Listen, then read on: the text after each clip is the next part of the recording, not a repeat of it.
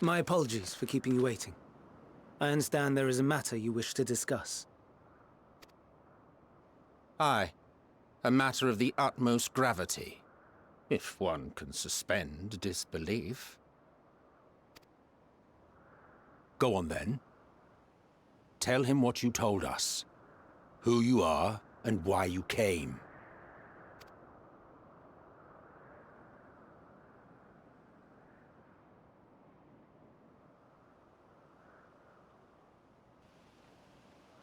The final days.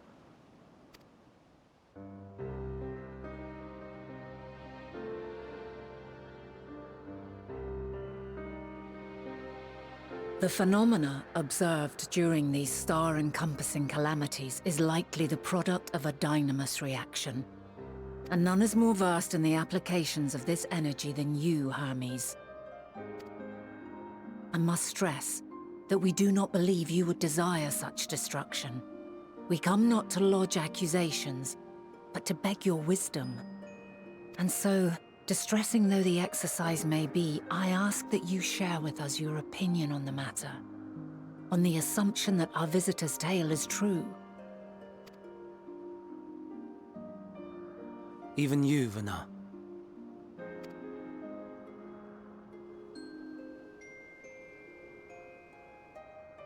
As you say, the phenomena observed in the two calamities may both be attributed to dynamis. Of note is the difference in its effect. In the first final days, it warped creation magics. In the second, it warped the people themselves. The key variable, I suspect, is the etheric density of the men of each age. As you know, ether, in essence, negates dynamis. Harboring high concentrations of ether, we ancients cannot readily manipulate dynamis, nor be manipulated by it. Therefore, rather than ourselves, the calamity affected our magics. In contrast, having been sundered, the people of the future are composed of but a fraction of our ether. Thus are they susceptible to the influence of dynamis and its transformative potential. But that would explain only the mechanism, not the cause. Though perhaps... What is it? Even should it be a hypothesis, we would hear it. Dynamis is an energy put in motion by feelings. Feelings for which there must first exist a source. A source to which the victims must be attuned. One that harbors the selfsame negative emotions. Elsewise it could not be the agent of such extreme change. So it wasn't the stagnation of the celestial currents. Someone, or something, is instigating the star's demise.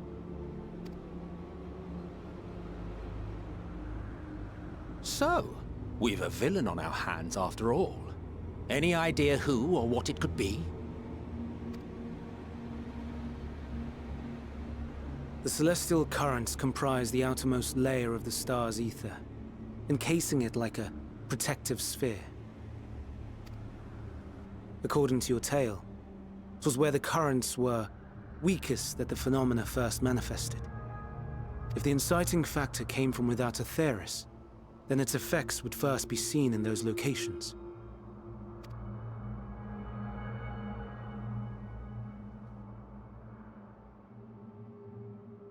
Greetings.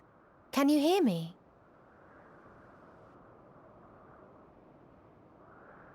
Do not be alarmed. I mean you no harm. I wish only to hear your words, share your feelings, know your thoughts. May we please be friends? Meteon. What is it? executing scheduled tasks, suspending individual self and connecting to shared consciousness. Connection established. Commencing status report.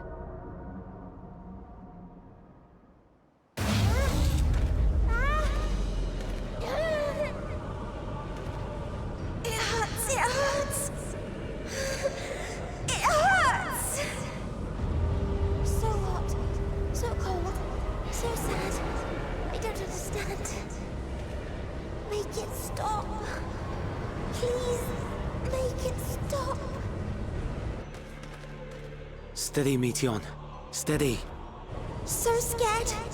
So lonely. The pain. It's too much. Why? Why do we? They hurt. Hate. This is wrong. All wrong. She's gone? But how? She has altered her etheric density in order to blend in with her surroundings, an ability for avoiding confrontation. Most effective. Frustratingly so. I can't see her either. Not even a trace. Stay away. Please. This is wrong. My mistake. So please. Are you all right?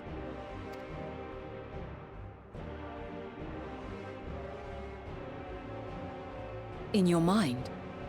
No. We only heard her speak the instant before she vanished. Of course. When communicating without words, Meteion also employs dynamis. That will explain why you were able to hear her, when we could not. Then you are our best chance of finding her. Follow her voice and try to track her down. Hindered though we may be, let us split up and search as well.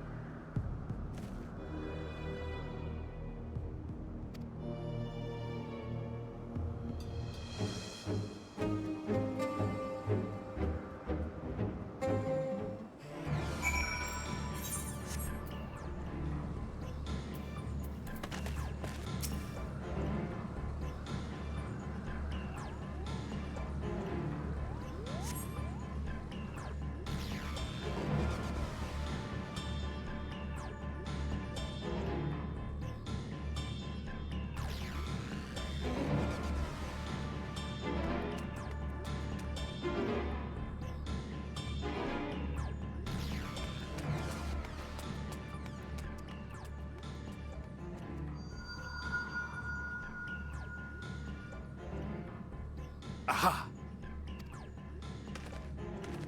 Give chase! We shall herd her into the shelter.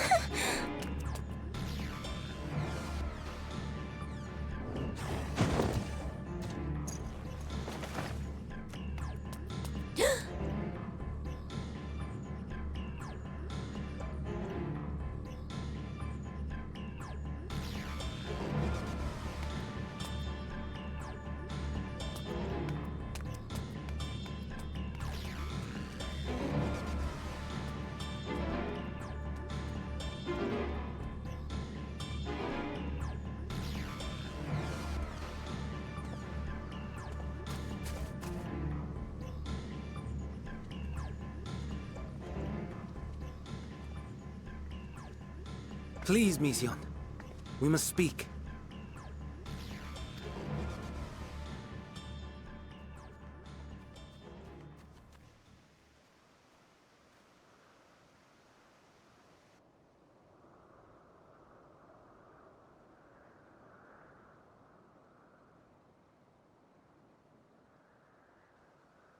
I'm sorry, Hermes. I'm so sorry.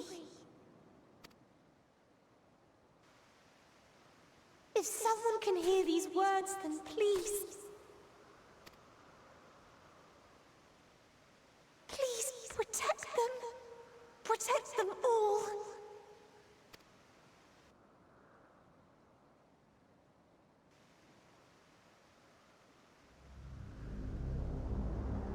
Individual self-suspended. Connection with shared consciousness stable. Our survey is complete. We shall now report our findings.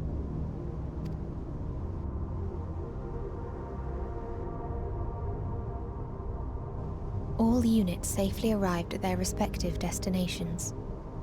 Seeking answers to Hermes' question, we attempted to make contact with the intelligent denizens of each star. Results are as follows, in order of numerical code. Enna. Traces of civilization found. Structures believed to have served as domiciles. No extant life forms detected.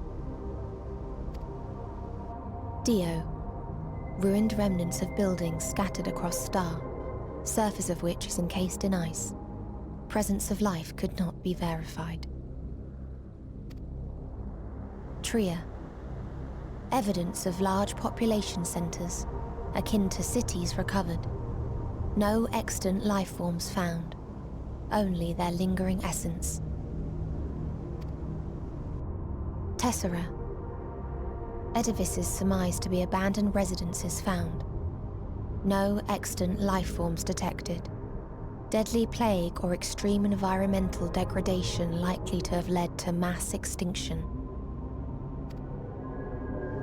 They are all... dead. Octo. Star found in state of violent conflict. Contact successfully made with inhabitants, but deployment of weapons of mass destruction resulted in total annihilation of local population shortly thereafter. Inea. Star is a barren desert. No identifiable flora found. Bones of living beings resembling men discovered beneath sands, but determination regarding their intelligence inconclusive.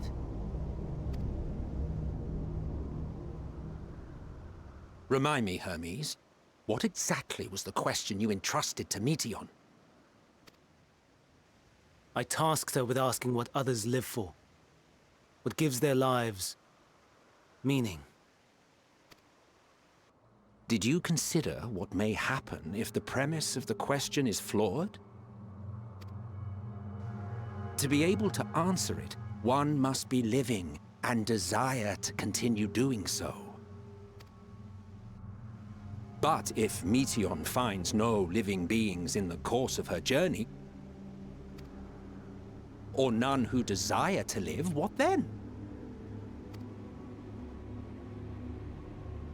What answers would she derive from their silence?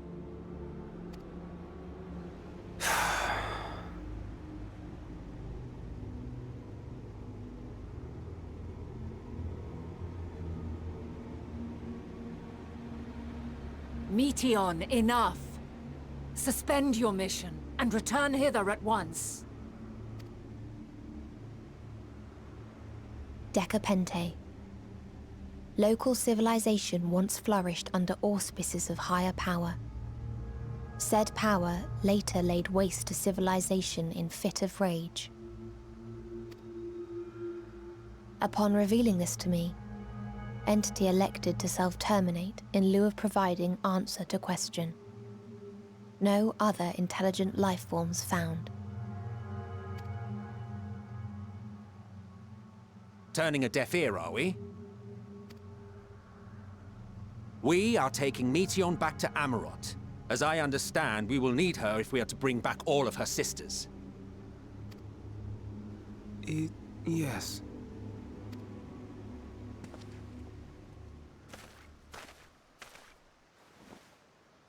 Meteion.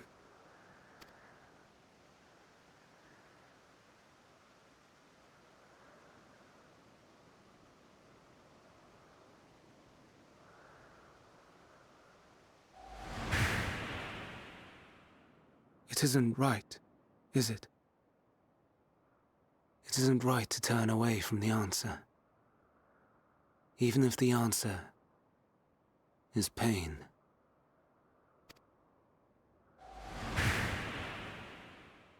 Even if we aberrations must scream ourselves hoarse to be heard.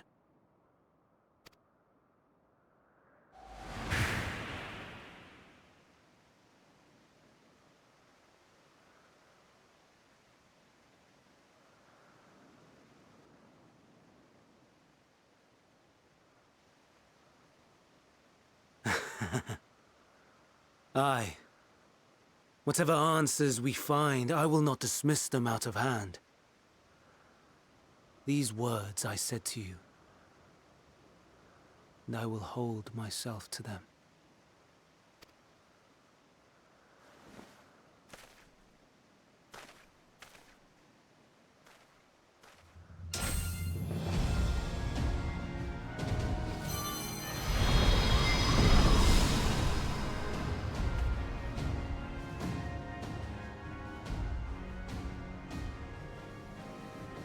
What is the meaning of this? You cannot take Meteion, not until she has finished her report. All else must wait.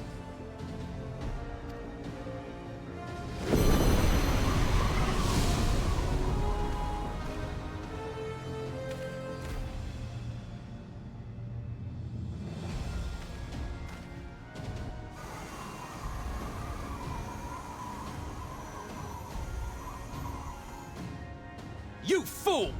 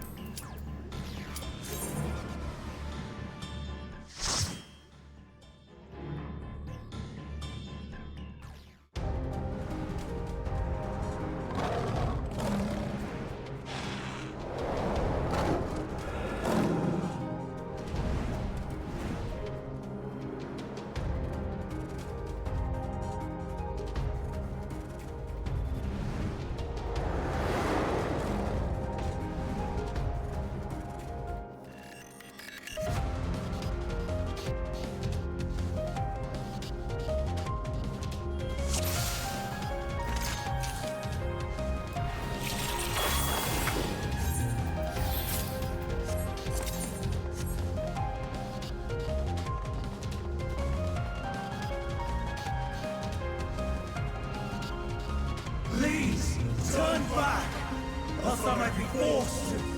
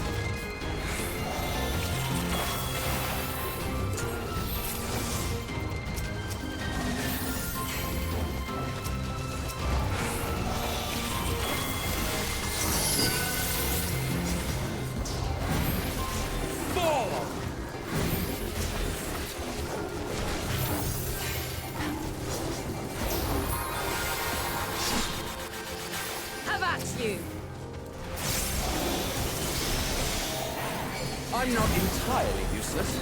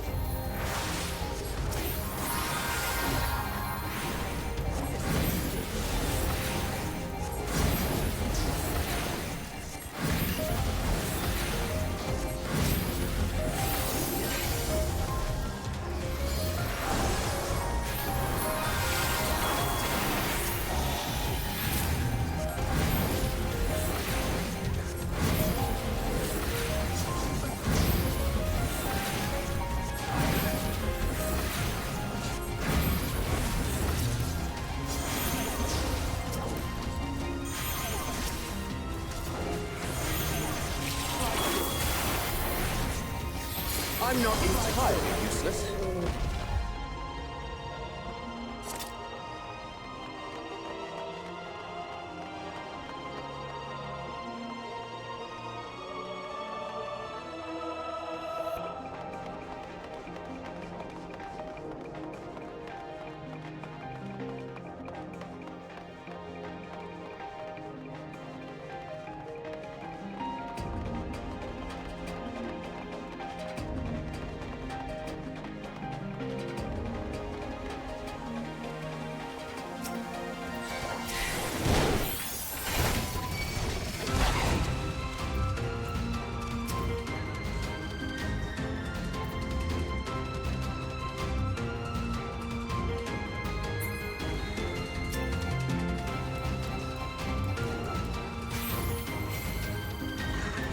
I see you opening.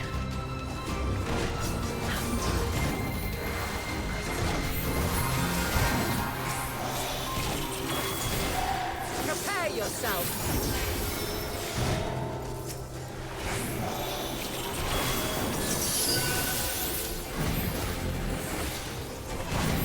Out of my way!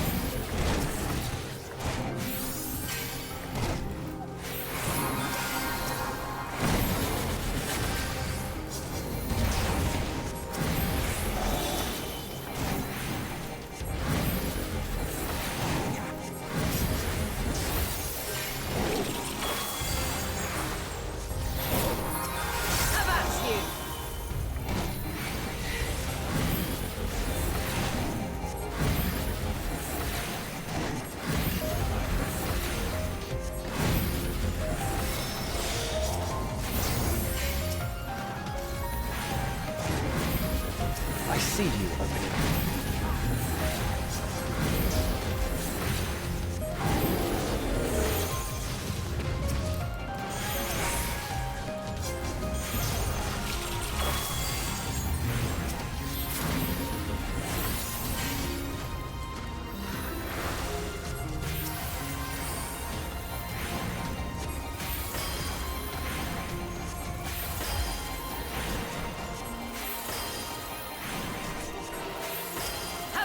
you!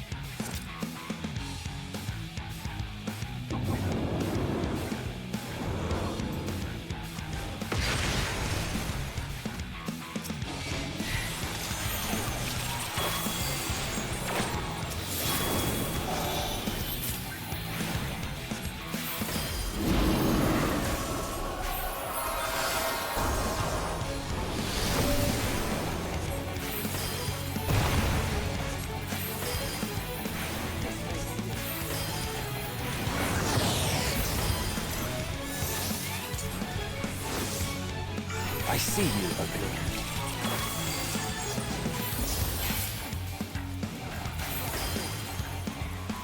I see you opening.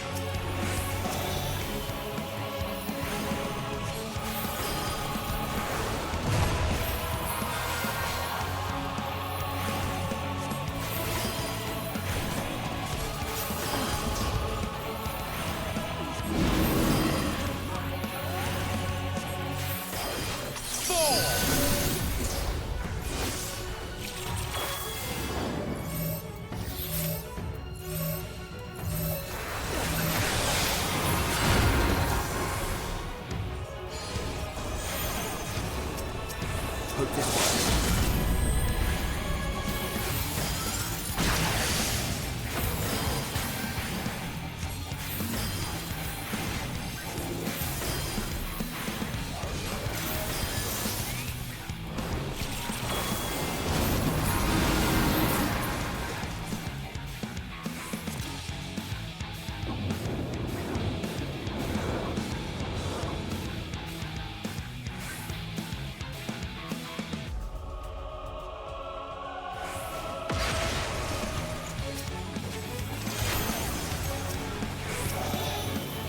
Prepare yourself!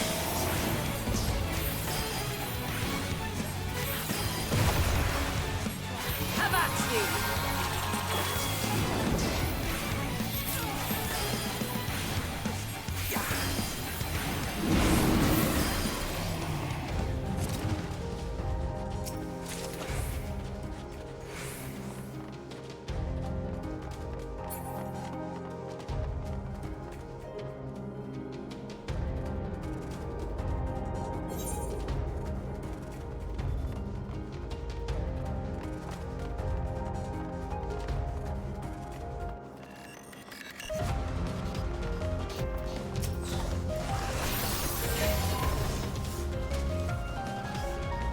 Have at you!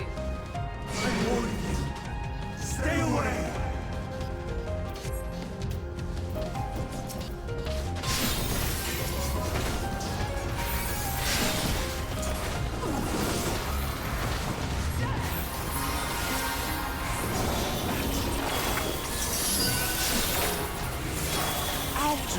my way.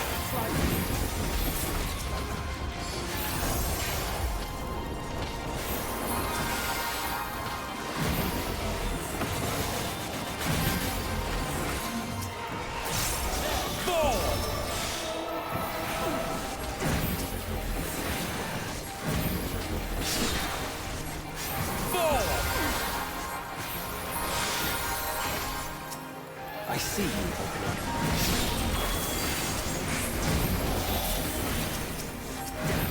Out of my way.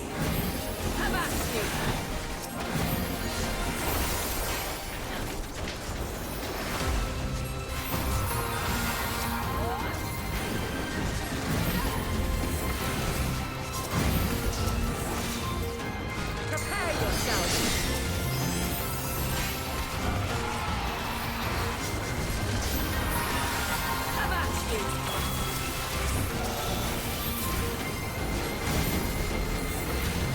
I'm not entirely useless.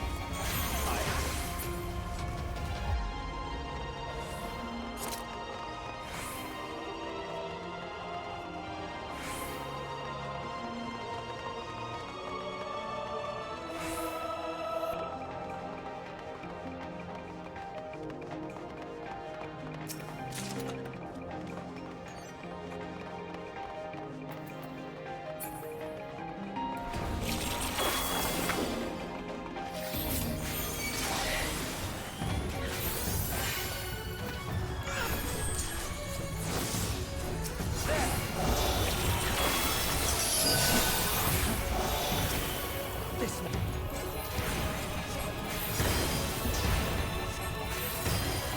There!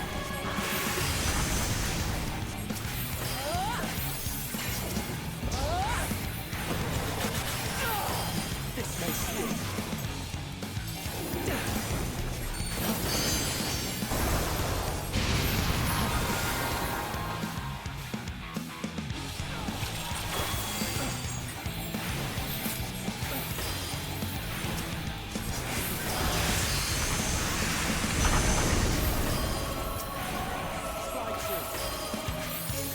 Have a taste!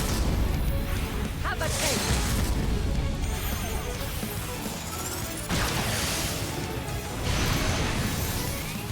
Can you withstand this?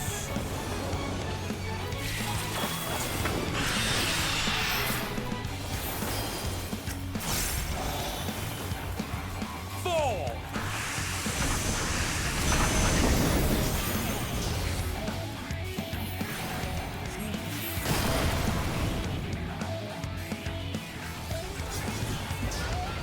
Have at you! Out of my way!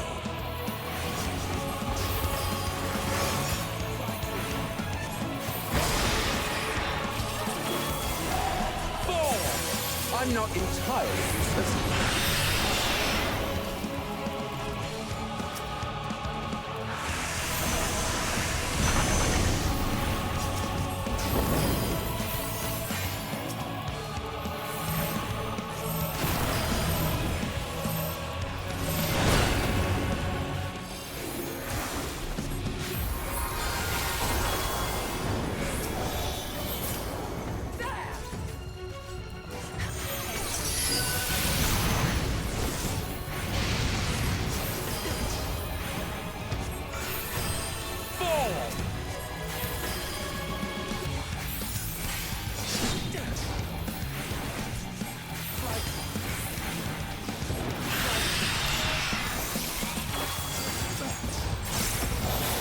Prepare yourself!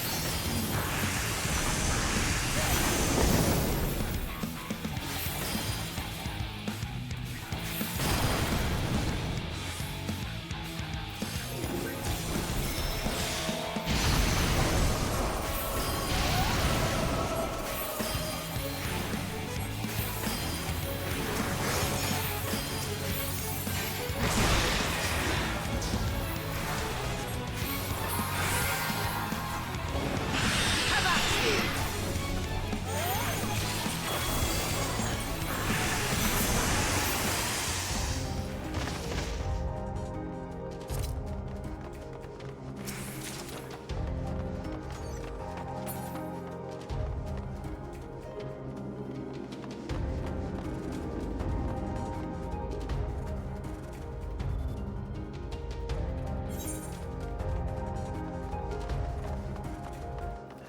I cannot let you take Meteor.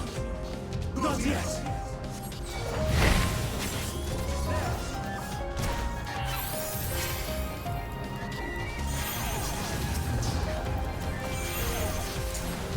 Fall!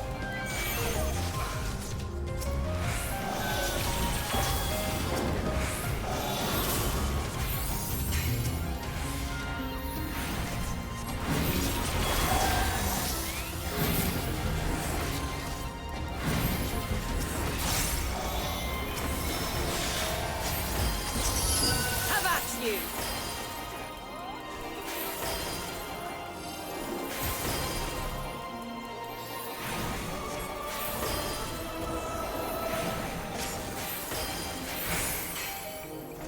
I see you opening.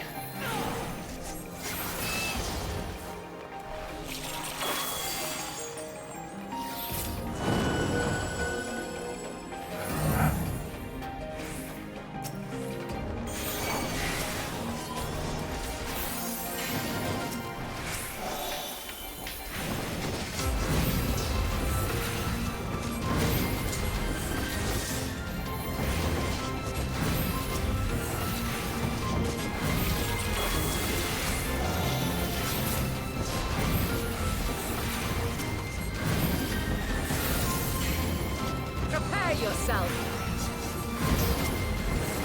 Fall!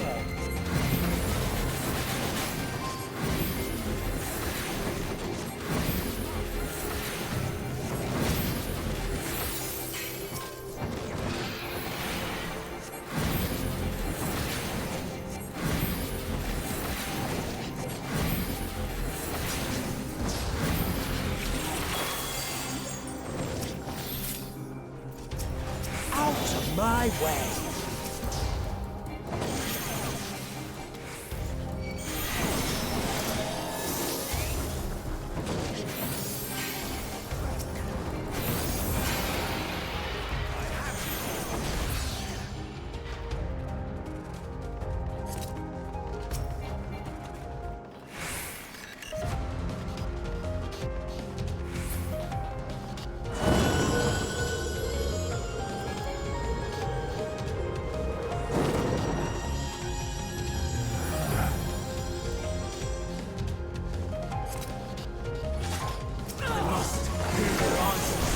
Before they're expunged from existence.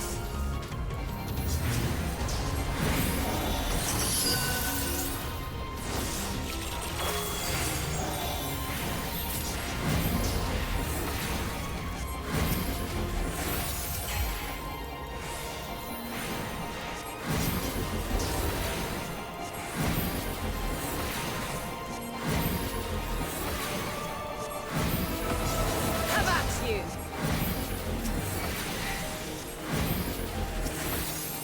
Out of my way!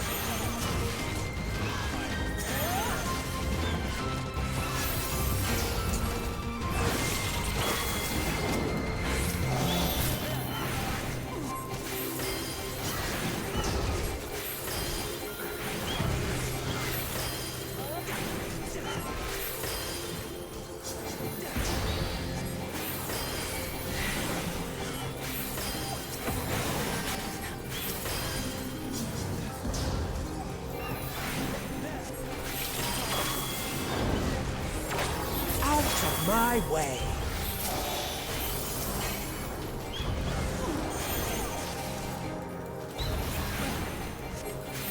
I see you opening.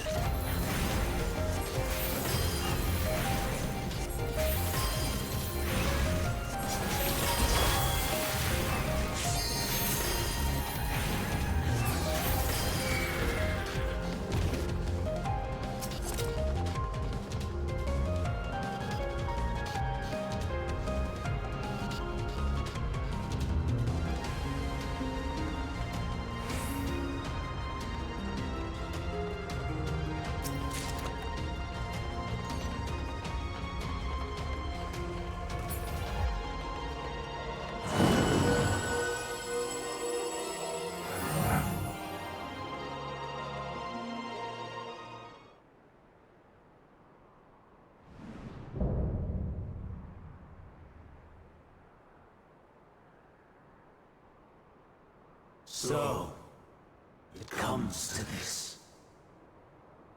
I have no wish to fight, but this time, I cannot yield. Though the world may think me a mad, desperate fool, I will hold fast to my conviction.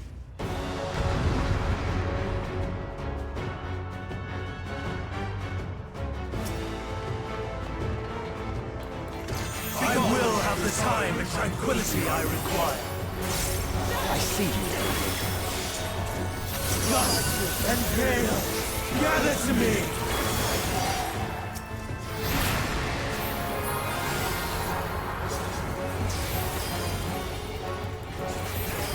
Ancient brand, unleash your power!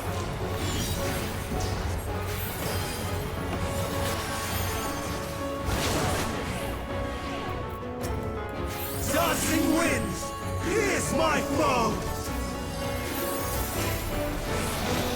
I'm not entirely useless. Out of my Stars way! on high, fall as rain! I see you, open air.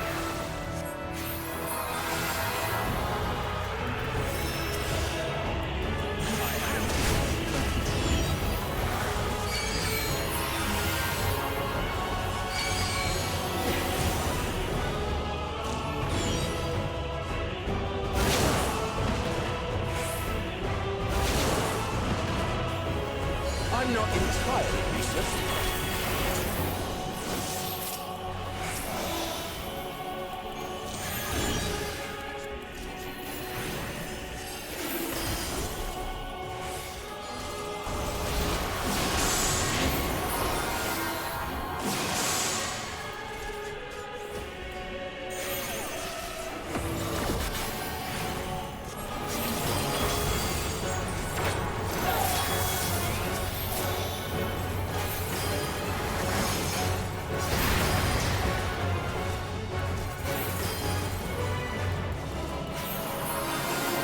Streams of ether, surge as one!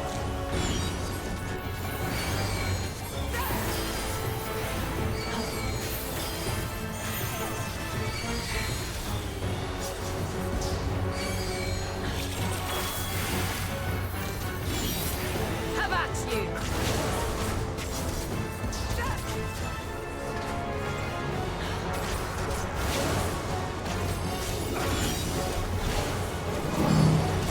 I'm not entirely useless.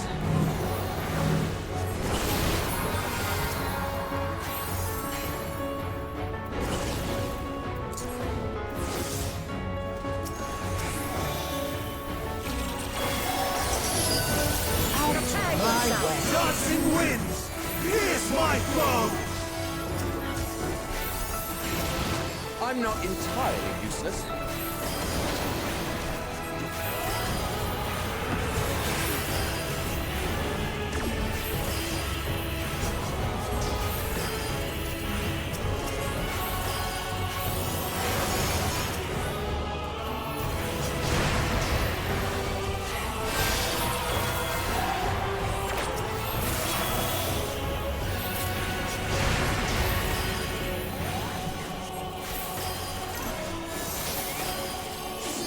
Stars on high, fall as rain!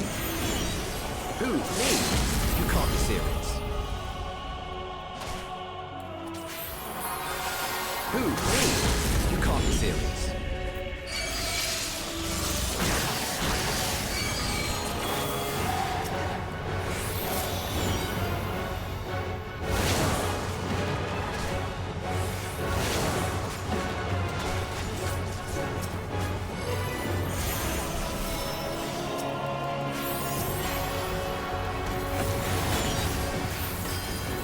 Even when transformed. But I am not finished yet.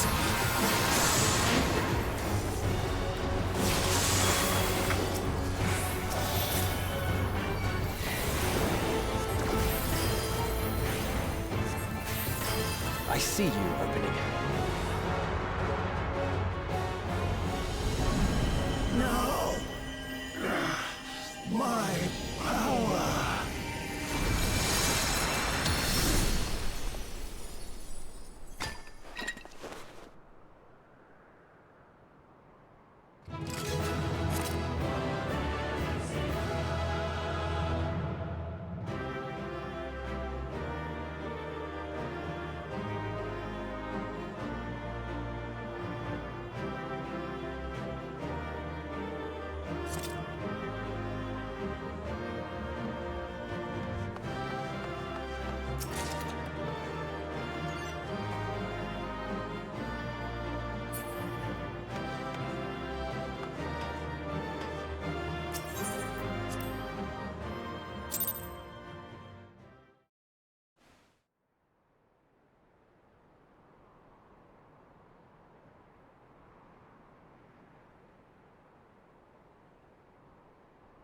It's over, Hermes. In the name of the Convocation, I hereby take Meteion into custody. And setting aside the matter of your nomination, you will come with us too. We require your knowledge to assess and resolve the situation.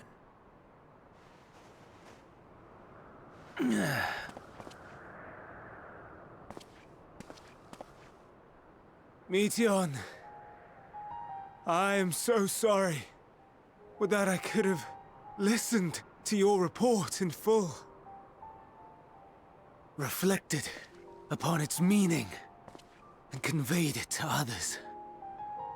That they might reconsider their chosen course. But I have failed. And that wish will never be realized. However, ere our fates become the province of others, I bid you tell me just one thing. Was there happiness in those distant stars? Was there a reason for living?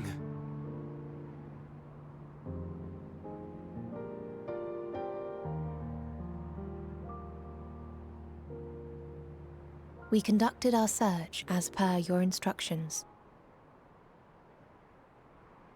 We scoured historical records, communed with the spirits of the deceased, heard the final testaments of the dying, welcomed their shadowed hearts into our own. One race had striven to create a world bereft of animosity. They renounced relationships to avoid interpersonal strife, and in so doing brought about societal collapse. One race had renounced war and devoted itself to the enrichment of its people. They were conquered. Though they destroyed the enemy in reprisal, they could not regain their former glory. One race had concluded that finite time was the root of all woes. Aspiring to shatter its shackles, they went in search of infinity. They discovered nothing is infinite, and that neither time or death can be cheated. Disillusioned, they gave up on the future and themselves. One race had discarded all things that gave rise to sorrow, hoping to have only joy. They found joy lost its savor in the absence of sorrow, and lost their will to live. Though worlds apart, these peoples shared a belief. The belief that they had tried their best. That they had tried to fulfill their potential with every step and success. In the course of which, they learned the truth. That they would never be free of fear and sorrow, anger and despair, of loneliness, so long as they yet lived. Even now their souls cry out for oblivion. And to this song of anguish, I lend my voice. We lend our voice. Oh, beloved mankind, shimmering jewels of beautiful Etheris, rejoice, for we will free you from the cruel yoke of existence. There is no need to struggle in vain, for in nihility awaits salvation. You will know peace and serenity, and it will be beautiful. We will make our nest at the edge of the universe. And there, in the dark of dead worlds, hoard sorrow and suffering. There we will sing, our chorus ever louder and ever clearer, that our song may reach even this ether-shrouded star. Such is the answer we have found in the stars. Such is the gift we now offer to Etheris.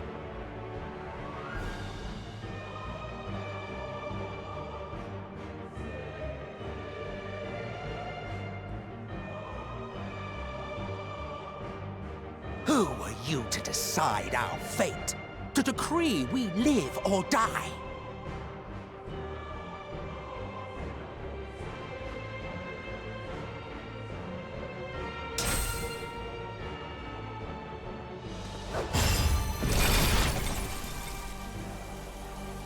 Have you lost your mind?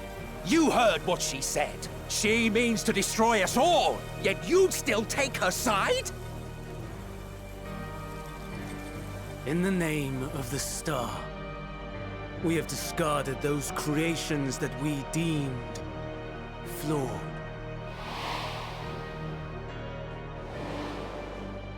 If we ourselves are flawed, does it not stand to reason that we too should be discarded? That is sophistry, and you know it! Perhaps it is. Perhaps I am wrong. But who is to say that you are right?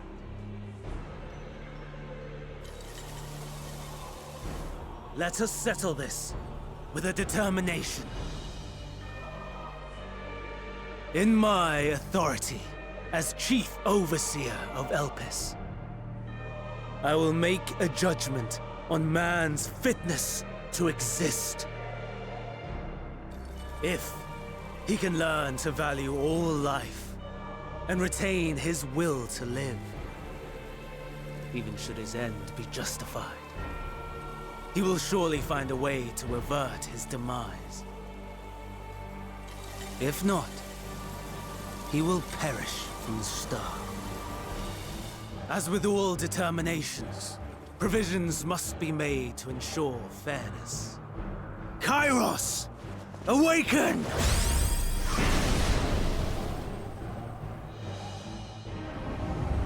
Memory reconfiguration system Kairos activated.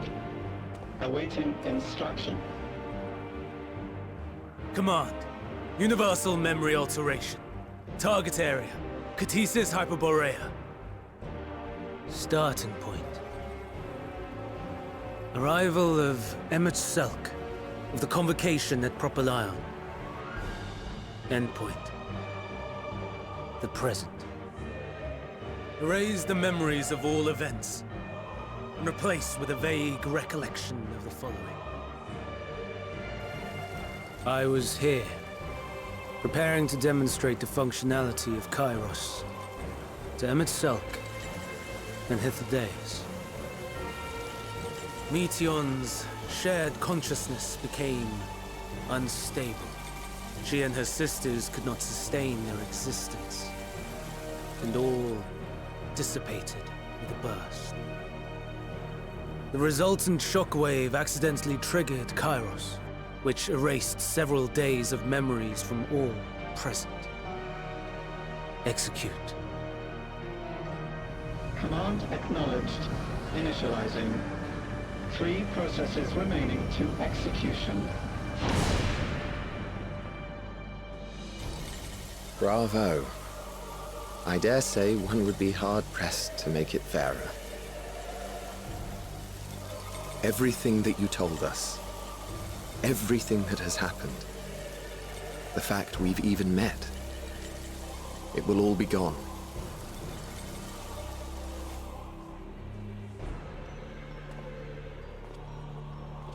Go, Meteion.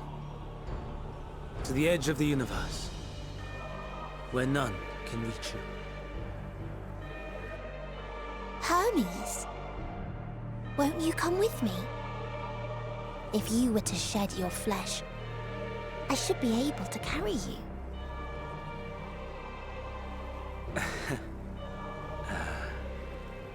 I will remain. As a man, I will oppose the oblivion you bring. Silly fool. Had you said yes, I would have granted you the gentlest end.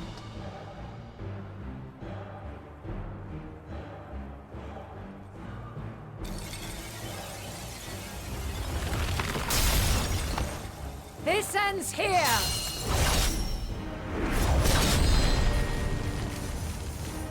Fly, Meteon!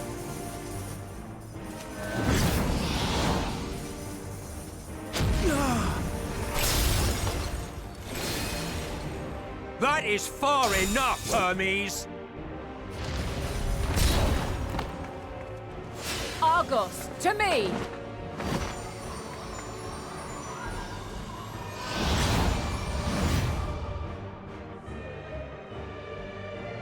First process complete.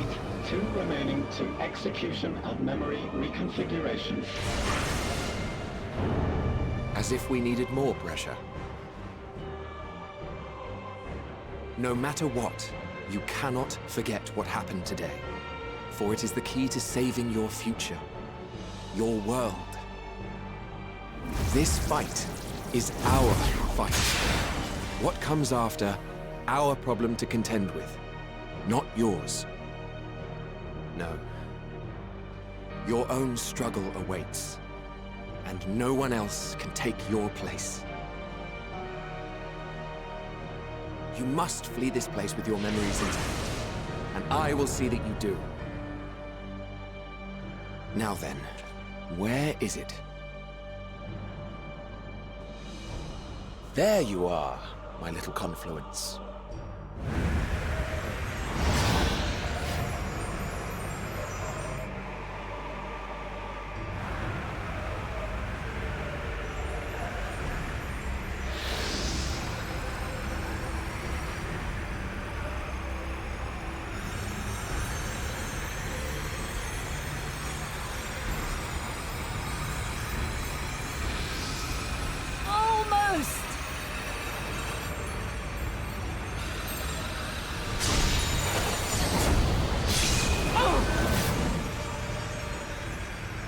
Very well, then.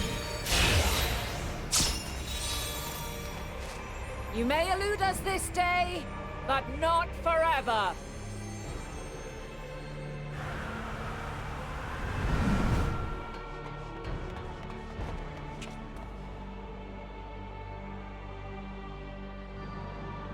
Meteon's gotten away. Second process complete. 1 remaining to execution. Ugh. No time for brooding. Listen well. Beyond lies a spatial confluence that connects the interior sections of this building. I will destroy the confluence and force open a way outside. When I do, you must jump through.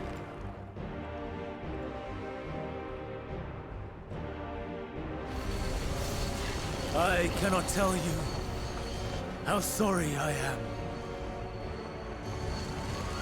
But neither can I let you escape!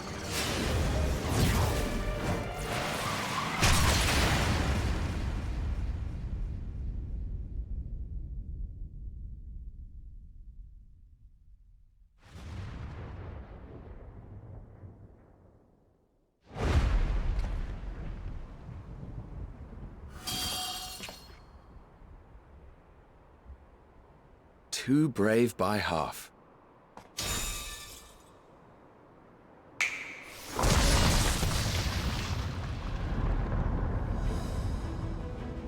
Exemplary work, as always, Emmett Selk. What? But how? I thought the confluence was... over... Over there? Yes. We were rather hoping you would. It was never anywhere but where it is now. The instant those two began making their way towards nothing, 'twas clear the plan was a diversion. I'm quite incapable of destroying a confluence, I must confess. A gambit brazen beyond words. Though we've grown accustomed to reckless improvision due to the antics of an incorrigible associate.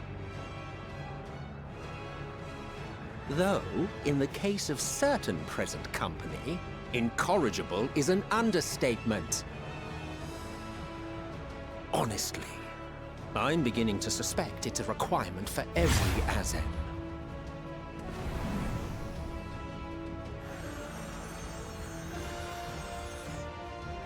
There's no time! Quickly! Even now, I do not believe your tale. I would not suffer us to walk such a wretched path. Still, if it must be said, do not squander it, the legacy I leave you.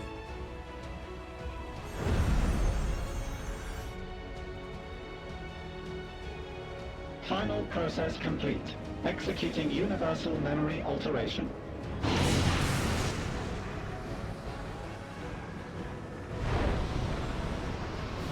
Go, Argos!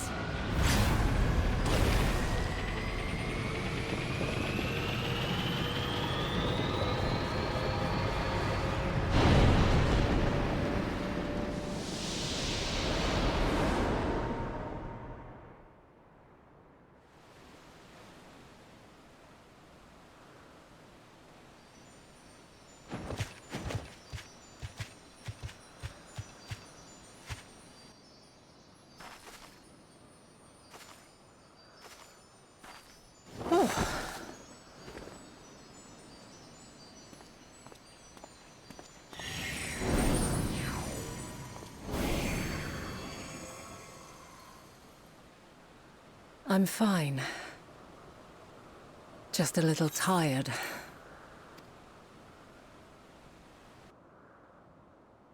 Can it be true? Are we the only ones left who see beauty in the world? In life? Are the stars above no more than husks of fallen civilizations?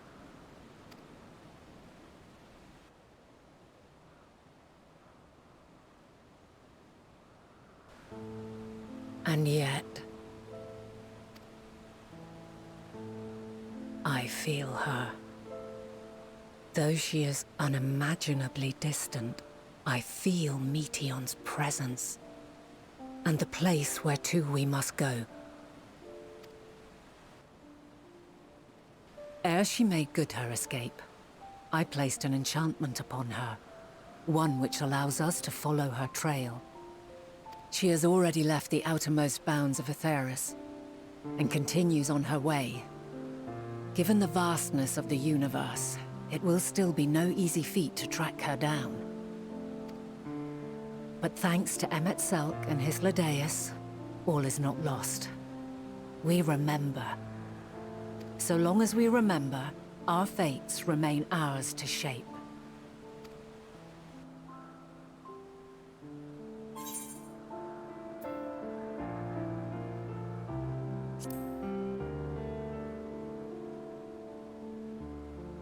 What indeed? Let us begin by ascertaining the situation at Catesis Hyperborea, where the others should still be.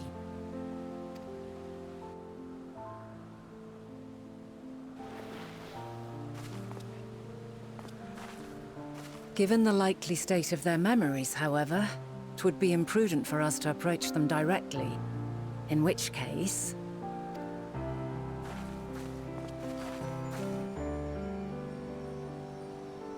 I am sorry, my friend. I've asked much of you this day. But may I trouble you one last time?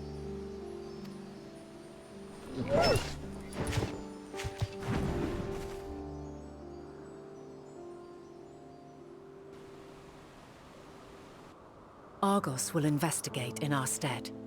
We will share in his consciousness and see and hear as if we were with him. Now, close your eyes and open your mind.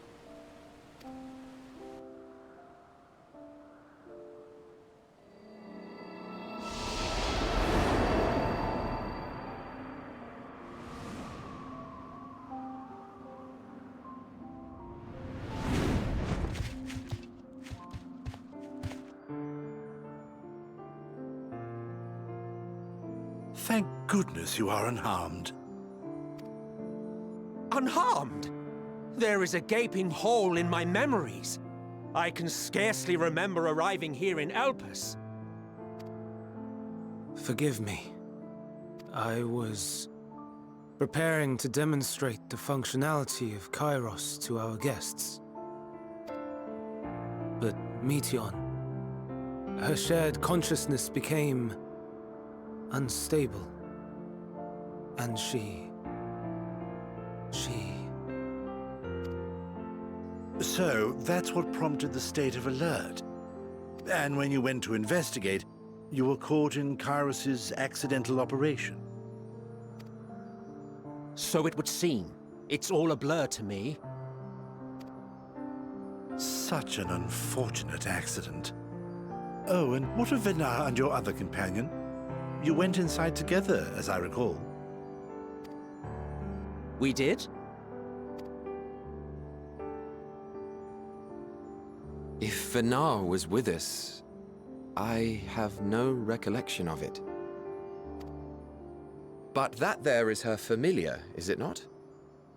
The fellow seems happy enough, so I think it's safe to assume his mistress is well.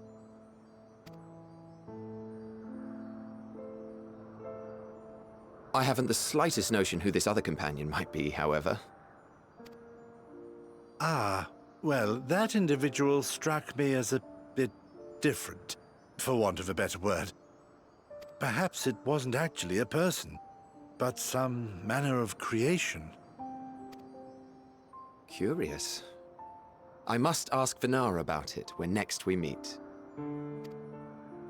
Yes, you do that. Now, if we may tend to Hermes, whatever this Meteon did, it seems he bore the brunt of it. Once you are fit to travel, you will return with us to Amarot. We need to make certain there are no other ill effects. Also, I am here on business of the 14. We've already had the conversation, like as not, but since your toy wiped my memory, we'll have to have it again. Yes, of course. As you see fit. This Kairos, it manipulates memories through the emission of etheric waves, correct? There is a theory which holds that memories scoured by blasts of ether are restored when the soul is cleansed in the underworld. If true, then perhaps when our time comes to return to the star, we shall remember these few days we have lost. I doubt aught of interest occurred. Look forward to the revelation if you like, but I should prefer to reminisce on more meaningful moments.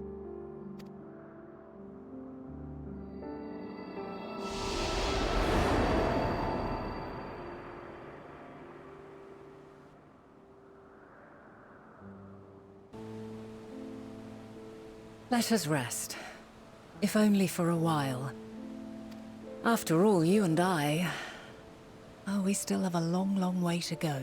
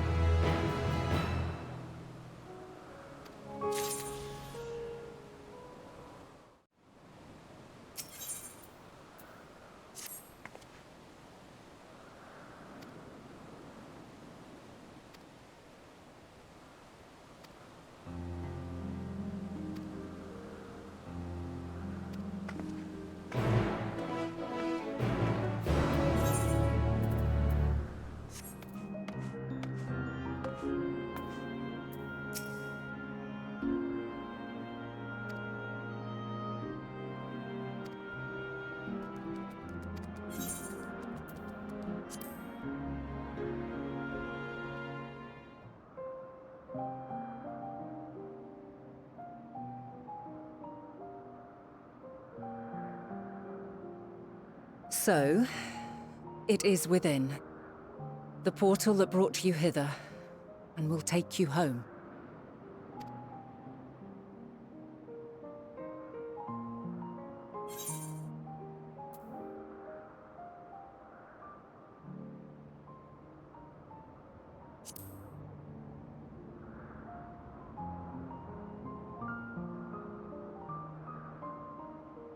May you and yours emerge triumphant.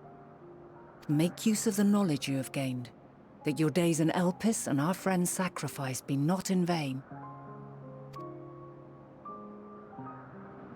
With Meteion free to pursue her designs, 'tis only a matter of time until the final days are upon us.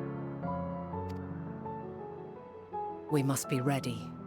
From fortifying our defenses to securing our escape, there is much to be done.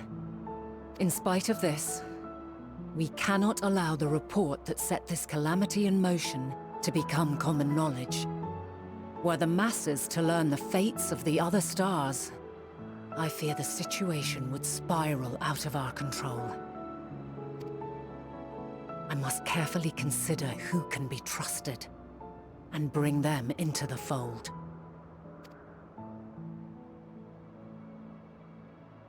Ordinarily, I wouldn't hesitate to call upon the 14. However, it was the desire for a fair determination that drove Hermes to attempt to erase our memories. Were he made aware of his actions, there is no telling whether he would remain a friend or become a foe. Alternately, we might try to alienate him from the convocation. Yet in doing so, we would deprive ourselves of a brilliant mind who would be invaluable in the crises to come. Quite the dilemma. Which is why I must work independently of the convocation. Regardless of how we proceed, if we are to permanently avert the final days, we must be equal to Hermes' challenge. We must prove that mankind is worthy to exist. And this hinges, I think, on how we confront the all-consuming despair that accompanies a senseless and seemingly inevitable end. Bewildered and divided, we would perish like the peoples of those celestial ruins. We could not hope to survive the final days, much less take the battle to Meteion at her nest. We must find a way to defeat despair, to unite and prepare as many as possible for the struggle ahead.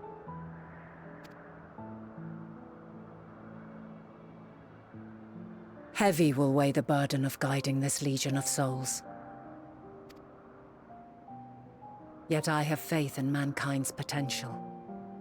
As long as he believes in himself, there is naught he cannot achieve. So I will not give up on him. On us. You may find your world to be very different. Or perhaps the erasure of our friend's memories has sown the seeds of a conjunction between us. We cannot know until the moment is at hand. So shall I strive to do my best, taking naught for granted as I walk my path.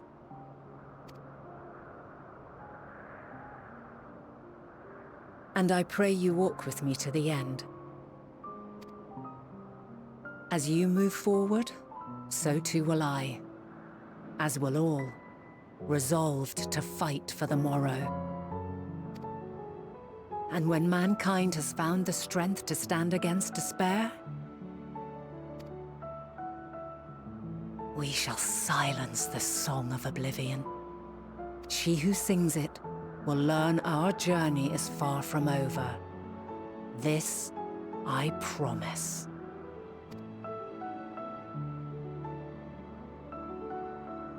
Fare you well, my light of the future, till we meet again.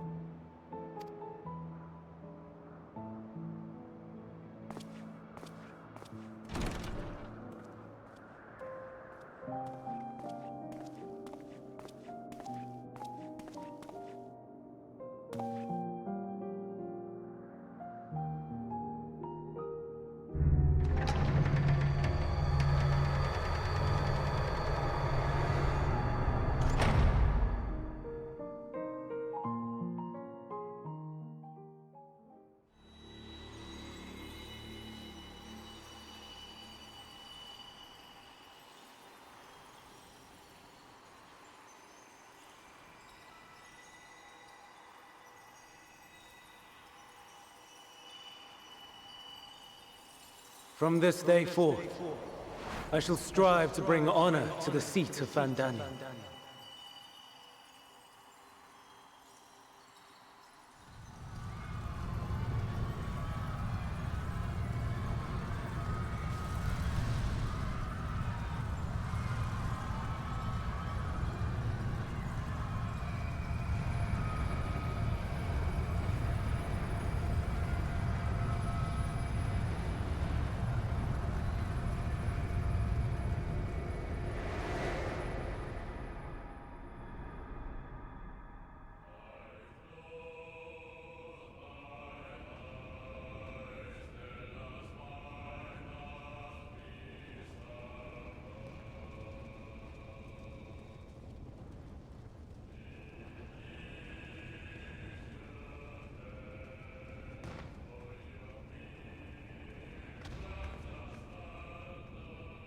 Even now, I remember standing there, locked in a moment where the sky is aflame.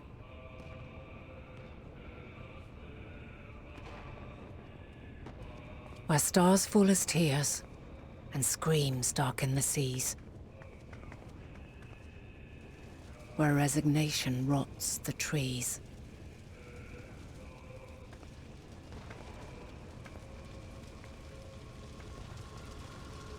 Where terror twists magics into abominations. Such is the lament of they who have gone before. The song of they who tried and failed to create a better world. The song of the end.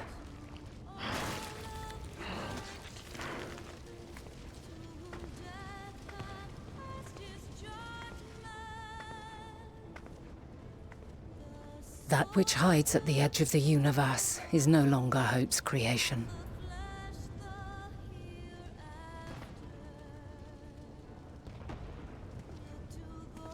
It is hopelessness incarnate.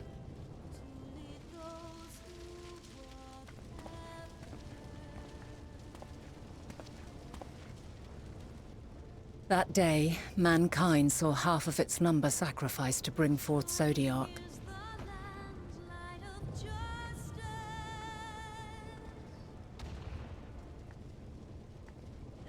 And covering the star in a shroud of ether, we forestalled the final days.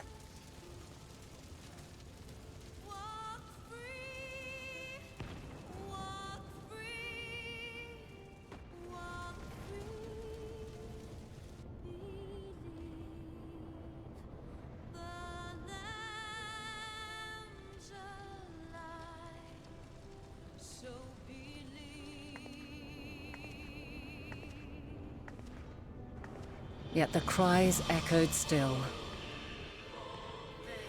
We wept for innocence lost, wailed for death inevitable.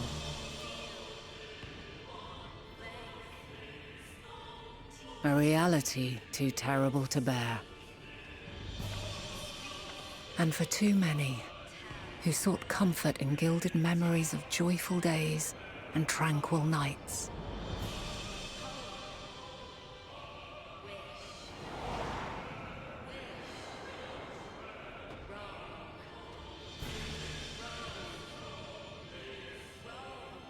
This is all wrong! Why must we suffer so? It needn't be like this. No. There must be a way to restore things to the way they were. To reclaim the perfect paradise we once had.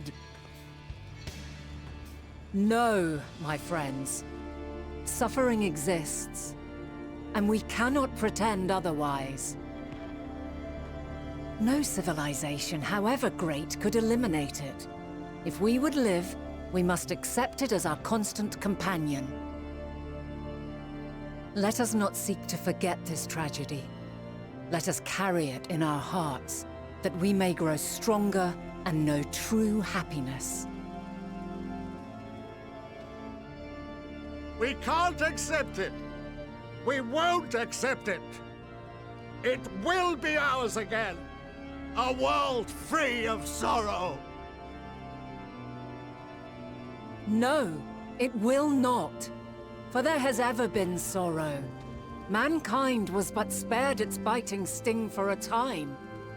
So please, open your eyes. To try and reclaim those lives we lost by sacrificing yet more isn't wisdom. It is weakness. No paradise is without its shadows. If we cannot accept this truth and learn from our pain, then our plight shall be repeated.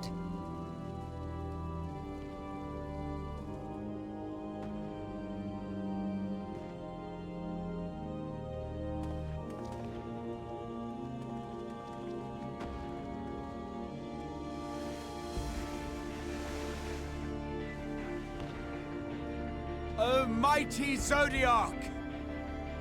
God, born of our boundless faith, we bid you, hear our prayer. Accept this offering of lives, and deliver unto us the lives we once had. Deliver unto us the days of old, the days when the star was a font of love, and we knew naught but bliss.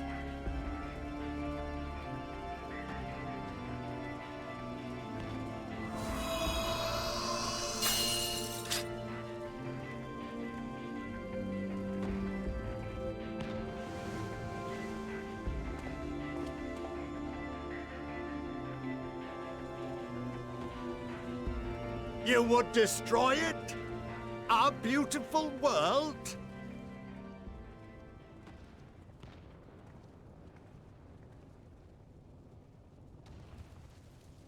Lands that stretched on forever. Skies one could drown in. The heartbeat of nature, silent yet strong. And amidst it all, a people. Beacons of light and life. Laughter that warmed my heart like naught else before. They are my meaning and my purpose. My love.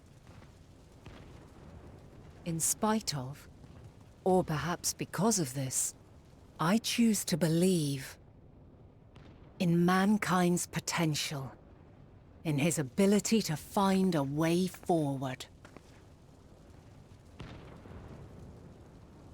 So let there be no way back. From that temptation, I sunder us. No more shall man have wings to bear him to paradise. Henceforth, he shall walk.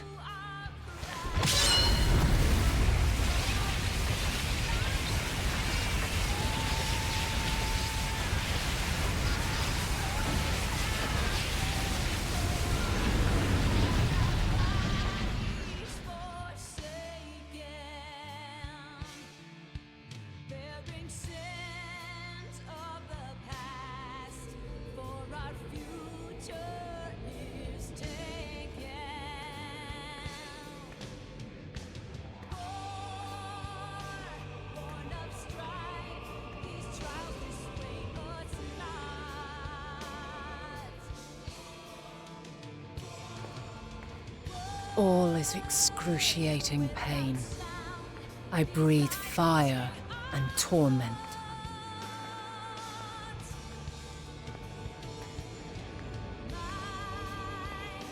I birth a world of suffering to mire and plague.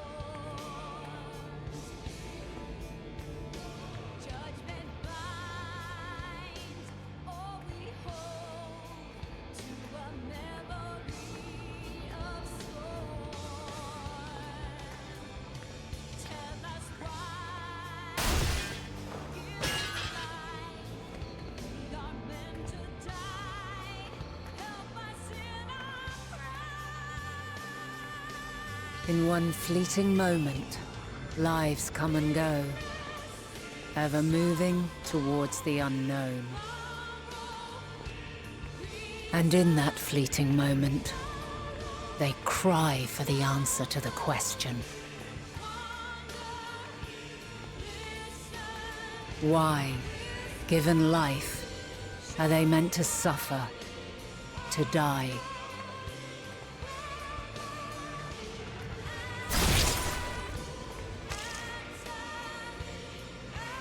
As fragmented, imperfect beings, yours is a never-ending quest.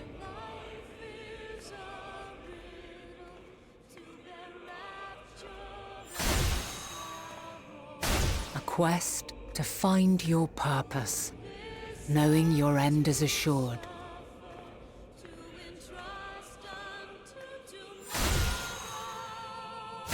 To find the strength to continue when all strength has left you.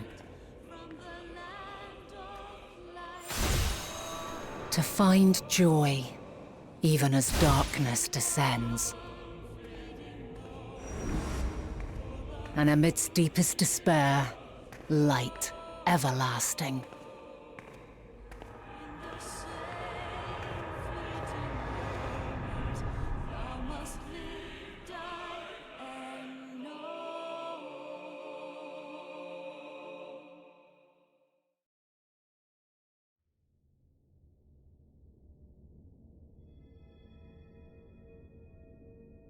A conjunction has begun to form, an intertwining of your time and mine.